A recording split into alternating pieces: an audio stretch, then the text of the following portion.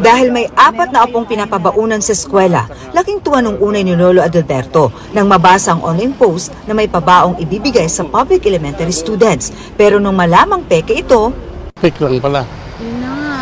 Masakit din naman sa kalooban namin. Huwag maniwala sa ganitong mga post. Wala pong ganitong programa ang DepEd. Lahat po ng programa. Grabe, no? Grabing tama, grabe ho yung operate dito kay BP Sara Duterte.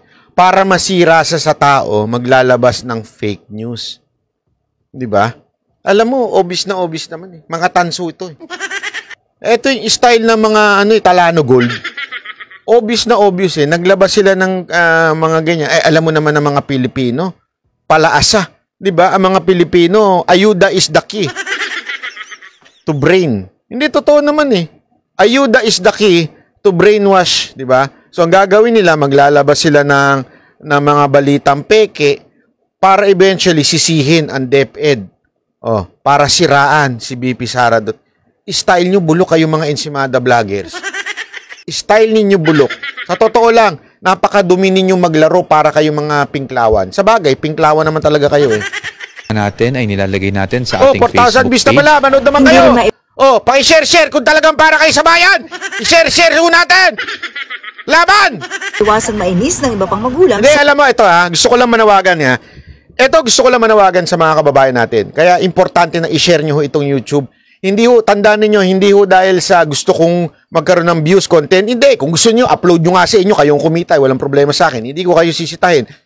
Pababayaan ko kayo. Pero, kung hindi nyo kaya mag-upload pa, i-share nyo na lang ho ito. Kasi ganito. Ngayon po, ramdam natin yung puwersa nitong mga ensimada vlogger. Ramdam natin yung bayarang nagaganap. Talagang kung bakit hindi ho namin pinag-iinitan si Nino, hindi ho namin pinag-iinitan itong si Cass J. Kaya ho namin nire-reveal yan para ipakita ho sa inyo na sila ho ay well-oiled. Sila ho ay may pera. May pera at pinauulit-ulit nila na sinisiraan ang mga Duterte. Maniwala ko kay Sakit, ang target dito kay Kibuloy, kay Duterte.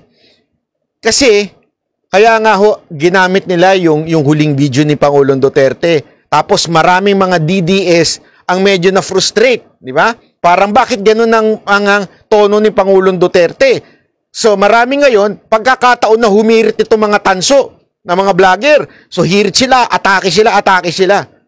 Iilan na lang po ang lumalabang mga Duterte supporter na vlogger.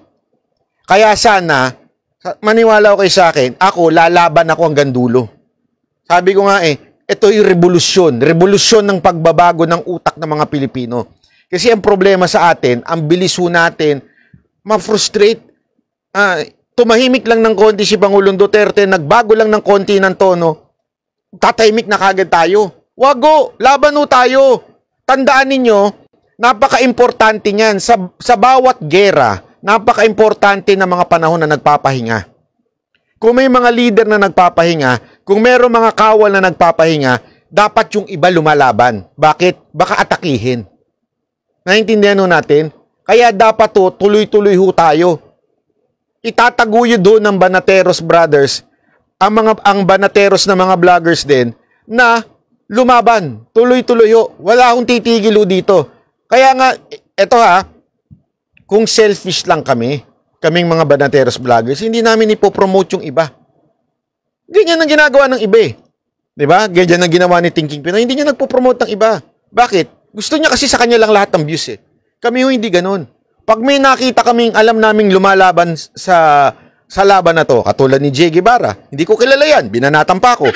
Pero dahil lumalaban siya para sa tunay na pagbabago, lumalaban siya para ho sa Pangulong Duterte, pinromote natin. Wala akong pakialam doon mga pinagsasabi niya sa akin noon. Yung iba pa, sila Spencer at yung iba pang mga natin yan, i-promote ho natin, 'di ba? Yun ang kasi napaka-importante po niyan. Wag niyo kakalimutan, wag titigil. Ang nananalo ho sa gera ay yung nagpe-persevere.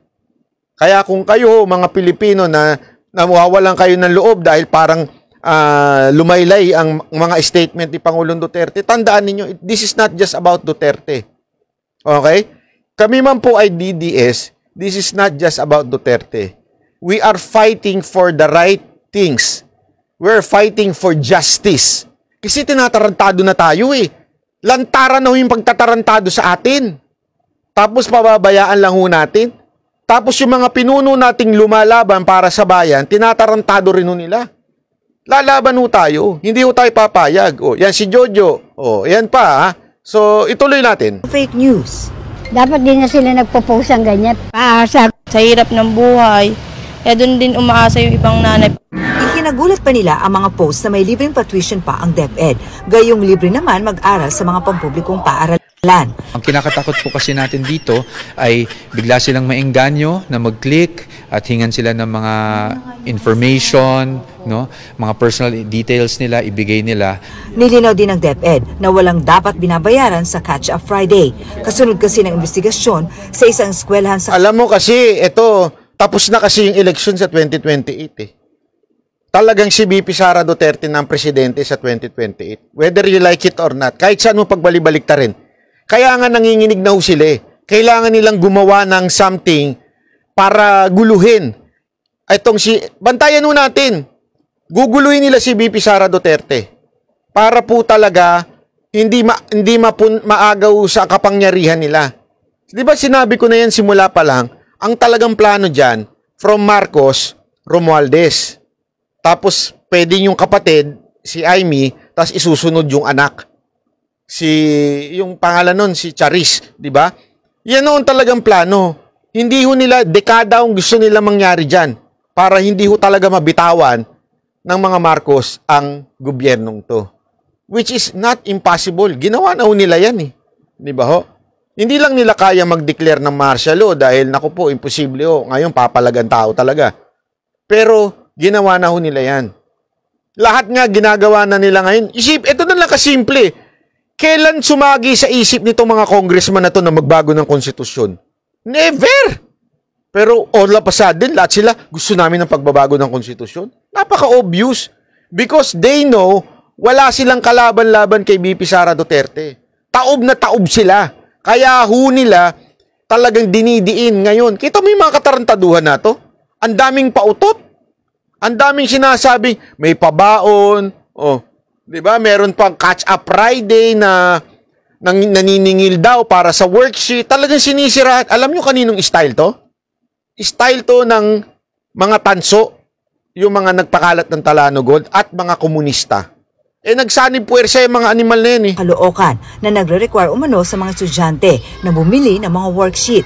6 na iba pang paaralan sa Metro Manila ang isinangkot din sa parehong sumbong. Bawal po yan. And although we do see the need to get feedback to improve Catch-up Fridays, hindi po nanganguluhugan na justified, no, yung pagsisingil sa ating mga learners. Tukoy na rin ng DepEd ang ilang sangkot naman sa bayaran di umano sa Palawan para mailipat ang assignment ng mga guro. Sila po yung nang ipit or humingi ng ganitong fee. So, or facilitation fee kung masasabi natin ganun nga. I hate to ask this, is there any particular people from the DepEd? Ang allegation po, yes, within the division office po. Wala raw bayad ang pagpapalipat ng tuturuang paaralan. May mga proseso lang daw na dapat daanan at may mga factor na kailangan ikonsidera gaya ng specialization ng guro. Ang tinitingnan lang po talaga natin is kung ano talaga yung reason, bakit gusto malipat ng teacher. At dun sa lilipatan, syempre, we also need to coordinate with the school head kung nangangailangan ba talaga. Tinututukan na raw ng DepEd ang nasabing insidente. Gustong malaman ng kagawaran kung gaano kalawak ang nasabing gawain. Baka raw kasi hindi lang ito sa Palawan nangyayari. Sino-sino ang mga responsible dito, kung sino-sino ang gumagawa ng scheme na to. That's why we are encouraging lahat ng mga teachers or kahit the public na may kaalaman, personal knowledge. Para sa GMA Integrated News, Marisol Abduraman. Ayan. Anyway, eto na nga po. Alam nyo, isa pang issue dito, kanina ho nagbigay ng, hindi ko lang nailagay nagbigay ng statement si VP Sara Duterte tungkol sa patuloy na paninira sa kanya. At ang isa nga hong nag-ooperate dito ay yung isang nagpa-blind item pa ng chismis na kesyo si VP Sara Duterte daw, although hindi niya pinangalanan pero napaka-obvious naman na hindi niya pinangalanan na kesyo meron daw kabit. Okay? Yun ang sinabi para siraan si VP Sara Duterte. Tapos, pinick up yun ng mga Ensimada vlogger. Tingnan nyo kung hindi rin naman sila gago, di ba? It's really identifiable kung sino yun. Yung sinasabi nilang second to the highest position. Eh, sino pa ba second to the highest position? Supreme Court Justice. Di ba? Eh, siyempre, si VP Sara Duterte, kesyo daw meron pang, ibig sabihin, sinisira ho yung morality ni VP Sara Duterte. Tapos, pinick up yun nung bobo. Yung bobong lipunan, na dinilit din. Kasi tapos pinika pa ng isa. Yung isa pang, ewan ko, yung nagmamagaling na, ang pangit-pangit naman din. Ang pangit na nga na logic, ang pangit, alam mo kasi, hindi ko maintindihan sa mga Ensimada vlogger. Hindi ko naman sinasabing pogi ako, Hindi po ako pogi. Pero yun na nga ang problema eh. Pangit ka na nga, ang pangit pa ng ng utak mo. Wala ka pang utak. Alam mo, bawiin nyo yun. Maniwala ko kayo sa akin, bawiin ninyo. Kayong mga vloggers na Ensimada, kung alam nyo ng pangit kayo, ang sagwa na nga ng pagmumukha ninyo, bumawi naman kayo sa utak. Mga maling balita nyo ay kanyang